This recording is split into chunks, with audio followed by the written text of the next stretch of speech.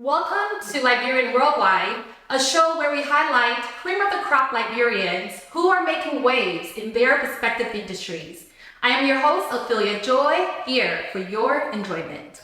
Today on this episode, we have somebody who is very, very popular. This man is going places, you guys. I will allow him to introduce himself and tell you more about him. Koimene, welcome to the show. Can you tell the people who you are? I am Mr. Koimene, owner of Yasha's Jewelry, founder of Kingdom Athlete in West Africa, Liberia. And I'm excited to be here on the show with you guys today. Yay. We are so happy to have you. First and foremost, shout out to you. He is really putting Liberia on the map, you guys. This guy is a brand in himself. He has so much going on. Not only is he a jeweler, but he creates watches. He also has sunglasses. He has a nonprofit organization. He's just an overall standard man. But before we get into his industry, we're going to start from the beginning. So, where were you raised? Or born, actually? Born in West Africa, Liberia. Hey. If Liberia, I'm going to say the Liberian way. I'm born in Liberia. Hey! So, you're born in Liberia. Where in Liberia? Painesville, Monrovia? Bicano. Bicano, hey! Bicano. Nice. So I'm like Basso. Hey, shout out to all the Basa people. So tell us, when did you migrate to the United States? I moved to the States 2003 from Ghana. From Ghana, where? Did you grow up town? Right, Ghana. Hey, same here. That's how I knew you were here. Yeah. Why? Cause once you go who like knows about the Brian County, it's like a different vibe of like Yeah, I you know what feel I you. mean? Mhm. It's like a different struggle. That's crazy. Same here. I moved here in 2000, but I think in Ghana as well. So I grew up. So I think we're honorary Ghanaians, kind of, sort of. Yeah. So you moved in 2003. What state did you relocate in? Was your family already here, or did you move here with like a family member that was already based out here? Mom and dad was already here. Okay. They left a long time ago. We joined them in 2003 in Boston. Boston. In Massachusetts. Massachusetts. I've been to Massachusetts like one time. It's very nice out there. That's great.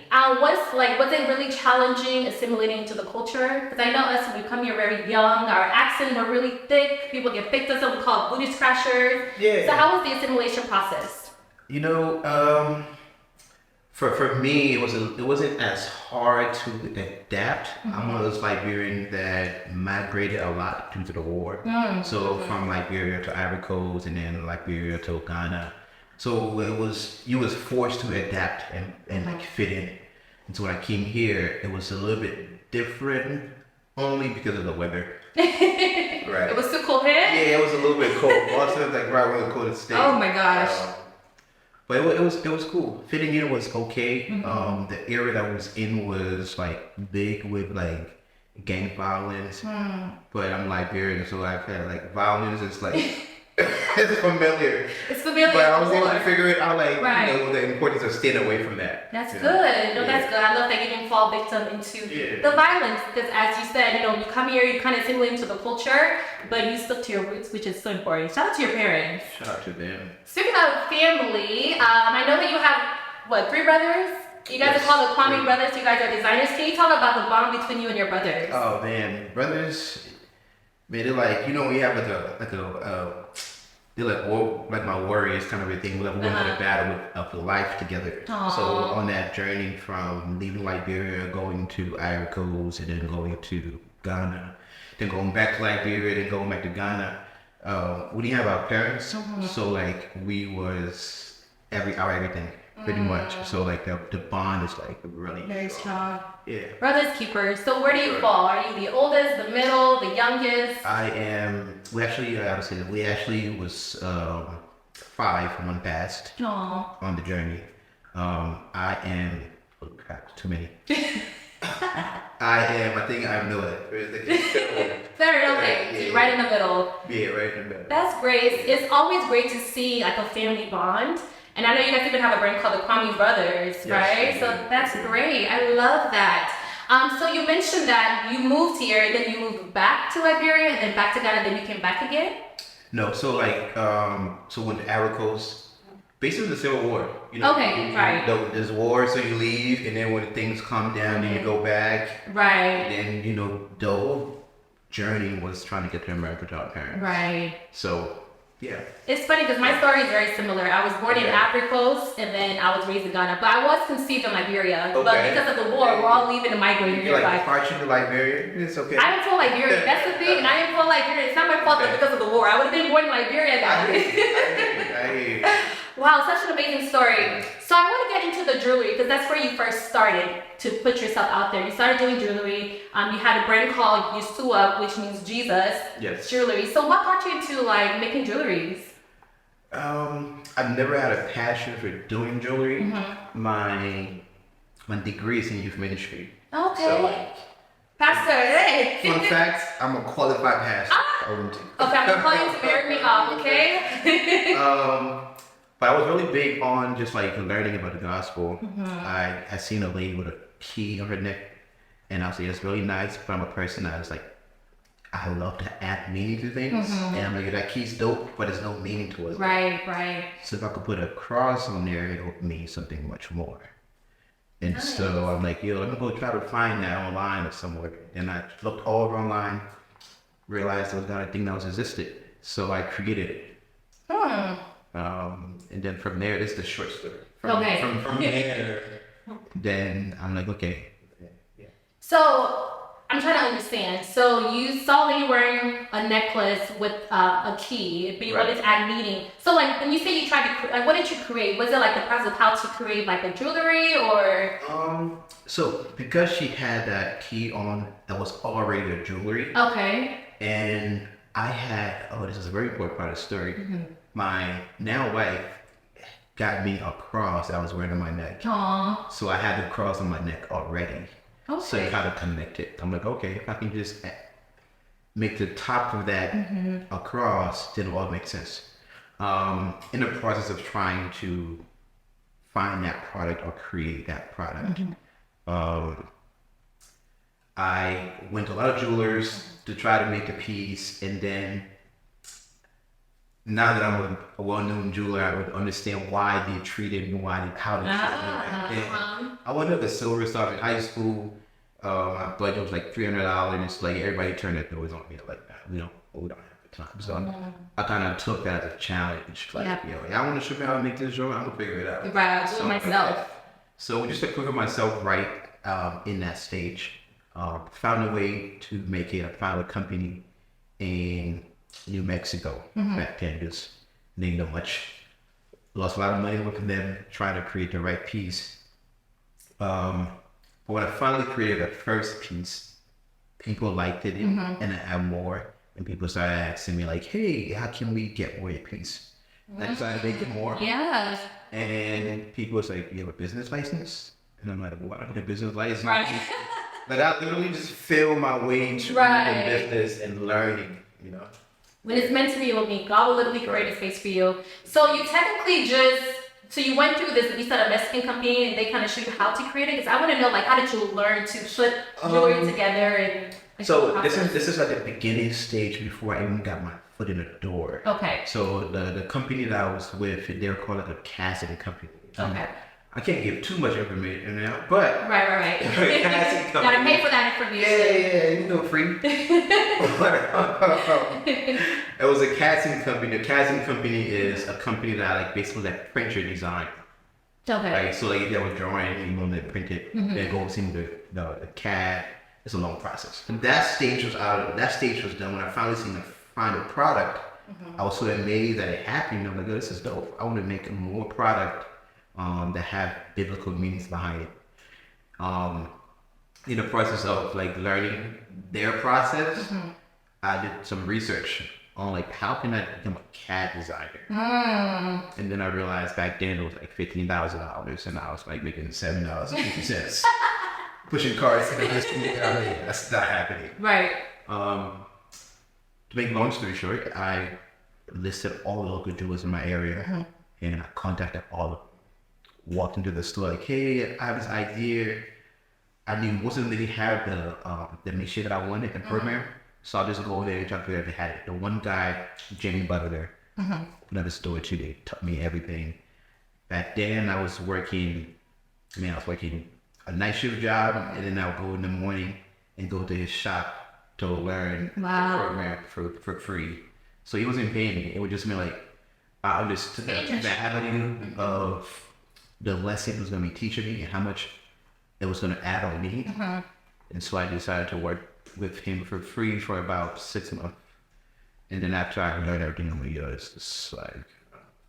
So, I love that you are humble enough to pretty much want to get the gist of the business before asking for like payment. You know, a lot of these days, these kids, they want to go from 0 to 100. They don't like the greedy work, the pay your dues work first.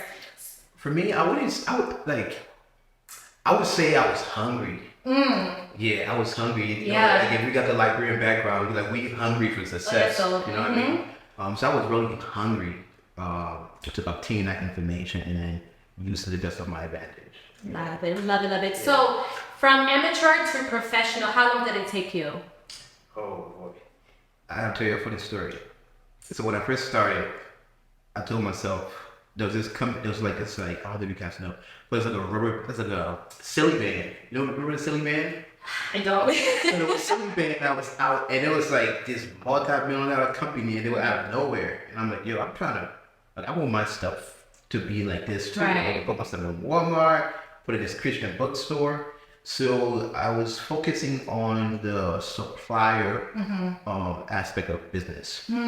So there's a Christian bookstore. So you heard of a Christian bookstore? Yeah. So I'm like, yo, they're Christian. If I put my crosses in there, like I'll be dope. Right. Send my work to them. They denied me. Like, yo, what the heck? Right. Like what happened to? I'm making biblical stuff. Right. Exactly.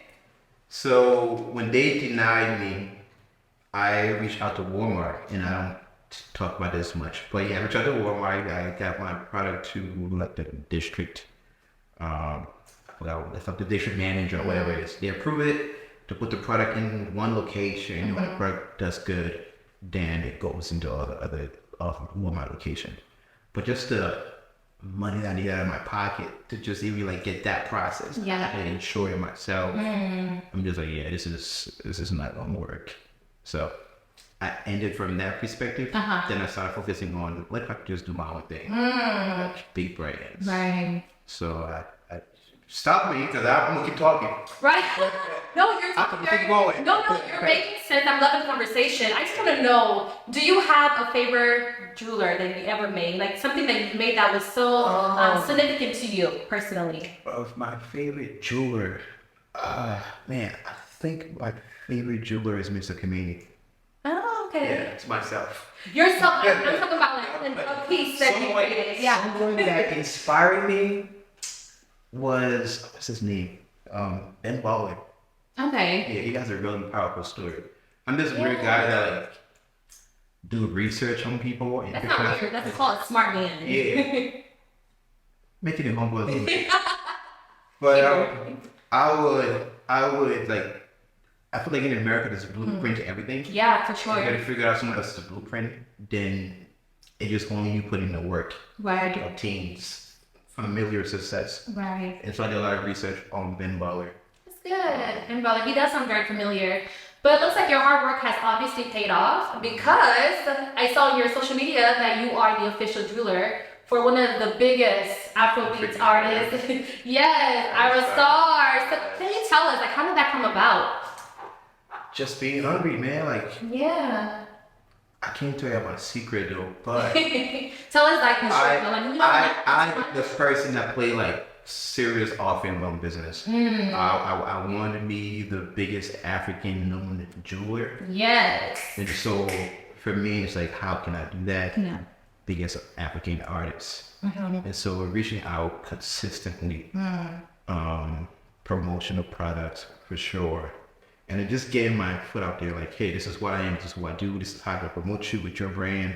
And so yeah, I reached out to a photographer that was following my page, and he had some connection with her, and I reached out to him, like, hey, I want to get some work done with her, and kind of finalize it. I love that. Is there any other celebrities that you hope to be their official jeweler for? I would like to say I'd like to do some work for Wizkid, DeVito. Most of these guys, they have their own people. Yeah. But I think my work is better. Hey, honestly, that's how you should literally move. Be confident. I don't consider that cocky. If you know you have what it takes, you know that you're that good, it's okay to like sit your horn. So I have a lower overhead, but also you're dealing with me directly. And the secret is most of the jewelers work with the same manufacturers. We get our stuff in the same places. Right. So I'm not one to say my prices are lower because then I might like dip quality. But I'm more affordable. Right, exactly. Right. I like that though. That's cool. So you started doing jewelry, and then just recently you just launched a brand, right? You have your watches, you have the sunglasses, and you're actually rocking one right now. And my good brother hooked his sister up with one. Thank you so much, by the way. Appreciate it. I'll rock this and make sure I post it on social media. Just tag me. I will, for sure. But can you tell us how this, now you want to be known as a brand versus just a jeweler. So how did that, come about? So for the brand thing, when I got into the industry, I realized that when you talk about jewelry, it's more about like Europeans. Facts. And the roots of gold and diamond falls back to Africa. And so I'm like, how can I market Africa to be like a luxury place that it actually is? Yep. I was able to intentionally create pieces like this on my neck. It's African map. Ooh, I love it. Flood of diamonds. It looks heavy. It is. Nice. So I intentionally, consistently created African pieces on a luxury platform. So when people in our industry see these pieces, they're going to be reminded that Africa is, a luxury place. So yeah. I love that. But like the watches though, why did you decide to create watches, sunglasses? Because if you think about jewelry, it's a little different than, I guess it falls in the accessory line. Yeah. But in terms of like creating it, it's a different process, correct? It is. That's also something you have to hit me up for. Some of the first stuff. And how I can get you on your own watch line. I like that. Yeah. So then do you offer like training to individuals who are interested in becoming the next company? I think down the road, yeah. For me, it's all about legacy. Yeah. For us, our culture, our people, we have never had the opportunity to share, a seat at the table of success. And so when you get there, it's important to not close that door and not look back. Right. My way of solving that is reaching back home with the foundation. Yeah. Making sure I'm training them. They can use their natural resources to develop some of income. Right. So before we get to the nonprofit organization, have there been any challenges or adversity you have personally faced since you started your business? Well, being black in the industry. Yeah. I bet if you're watching this, you probably don't know many black jewelers. Nope. I can say this. The jewelry industry is very conservative. It's like a Jewish people thing. And it's not about having money today. They don't care about your money. How do I say it? just make sure you edit all on here. Say it. We want the real, raw, however you said you say it. The truth is who you know. Yeah. That can get you in. And most of these big manufacturers, when you're applying with them, is who do you know? Who's your referral? Who's referring you? And if you don't meet your standards, we don't want your money. Wow. Yeah. Wow. So you personally faced like some challenges with these manufacturers. So how did you finally get your foot in the door? I had a Jewish guy that believed in me to open up his door. Shout out to Jamie Bubiner, the guy that opened up his door for me to work with him for the 6 months. And then he mentored me. I did an apprenticeship, learn how to create diamonds, learn how to set stone, learn how to design jewelry. If you talk about the jewelry industry, I have done and can do anything in the industry. So that's pretty much. That's nice. What is your favorite design? Anything to have African flavor on it is my favorite. Yeah. I did a Liberian seal piece that the community responded to that very well. It was going for $10,000 and I sold 10 of them. Look at that. So, hey, in other words, rich, y'all. we're getting there. Getting there. But obviously, even though yes, you're making a lot of money, you are also giving back, especially with your organization, Kingdom Athletes of Liberia. Can you tell us a little bit more of that? So Kingdom Athlete, I named the foundation Kingdom Athlete because I wanted to teach kingdom principles. I feel like if you're, and this is my opinion, I feel like if you're able to install spiritual teaching, biblical teaching in leaders, there's not that fear of man, but it's the fear of God. Yes. And so it's like that accountability should be a little bit more like different. And so for me, getting personal, okay. It's okay. It's on the vulnerable sides too. I feel like our people don't know how to identify the leaders. And so if you're able to teach them how to identify leaders, you wouldn't have the problem of them voting the wrong person in chair. And so with my foundation, we teach leadership principles, which I can't say I teach leadership principles if I didn't sit under a leader. Right. John C. Maxwell is the #1 leadership guru. I did his 21 leadership program, completely changed my life. Wow. So I can't just sit on this information. I gotta make sure I share it. Yeah, exactly. Knowledge is power. Yep, absolutely. So you're teaching leadership skills to these students. Are they high school kids? Are they elementary school kids? Who are these kids that you're teaching leadership skills to? So when I first started, it was just with a soccer team. I was in Liberia. I seen a bunch of youth that already was disciplined, showing up playing soccer every Sunday morning by themselves with no coach. I'm like, okay, well, I can create a system that can help you guys. So fast forward 4 years, we have the leadership training program with the soccer team. Then we have the women empowerment program. And then we have the elderly community where we give back like bag of rice monthly. So when the women that the husband are not in their life anymore, they have to go certain company. We just kind of like let them know that we care. Yeah. We haven't forgot about people that live in Liberia. I love that. And that's very important. And I love that you're tackling different kind of people. It's not just the youth, but you're thinking of the youth, you're talking about women empowerment, and also our elderly as well, you know? Yes. Everybody. You know what I mean? If you're able to install the youth, and the cool thing that we do in the foundation is that we allow the youth to do the donation to the adults, to the elderly. Oh, okay. So they're delivering the bag of rice to the elderlies. Oh, wow. It's one thing to say, give back, and it's a whole nother thing to give someone something and say, hey, give it. Right. Wow, that's true. Yeah. So do you go back home on a yearly basis for this foundation, or is it something like you put somebody else in power while you're here? I was going back 3 times a year, but again, I want about legacy. If I pass away someday, if this can be ran, then I feel myself. And so just like investing in the leaders that I will talk to now, every Sunday we're talking with like figuring out what is it to do better for the people back home, what is it that the foundation need, how can we get stronger, how can we train one of our students to play the leadership role, to recruit. So yeah, just consistently training people.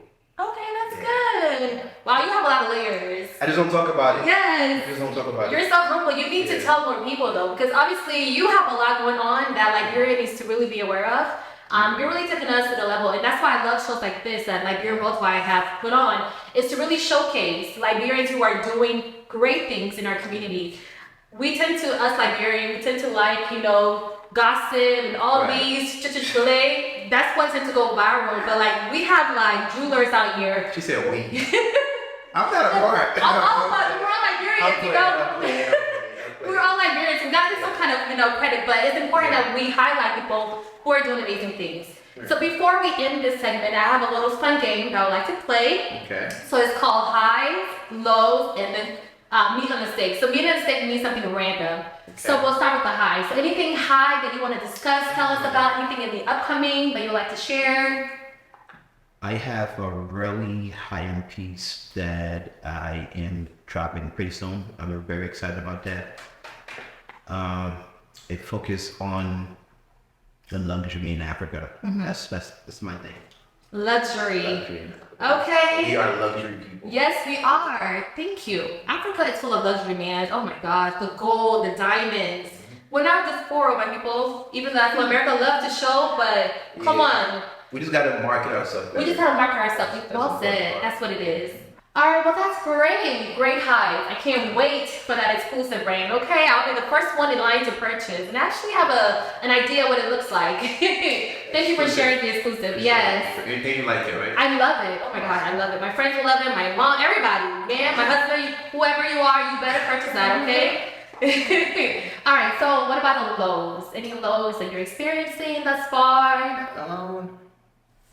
I don't want to sound like cliche. Yeah. But I just transitioned, and I look at low as challenge, and so I have the opportunity to overcome whatever challenges that I'm facing in my season of wanting to be successful in this new environment. Yeah. Yeah. Trust me, you will be successful. You know, I don't know. Can I say your makeup? Like you say it? Okay. Yeah, sure. Okay, so he's relocated to California. I am a California native. When I came to this country, I've been here for 23 years. California is a vibe. It really is. There's no place like California. No offense to the other states, but California is a vibe. You know, like, we're cool. The weather is amazing. The people are dope as hell, and it's just the vibe here, and that's why you're moving, right? Am I wrong? Yeah, the vibe is good. There's a lot of people that seem to business. Exactly, and we support. It's competitive as well, too. Yeah. Honestly, I would say come to like LA. Sacramento's cool and all, but like LA's where it's at. Baby steps. Baby steps, exactly. You're only 6 hours away now. Exactly. So this one here is called Me on the Six. So it's just a random fact that nobody would know except like your close family and friends.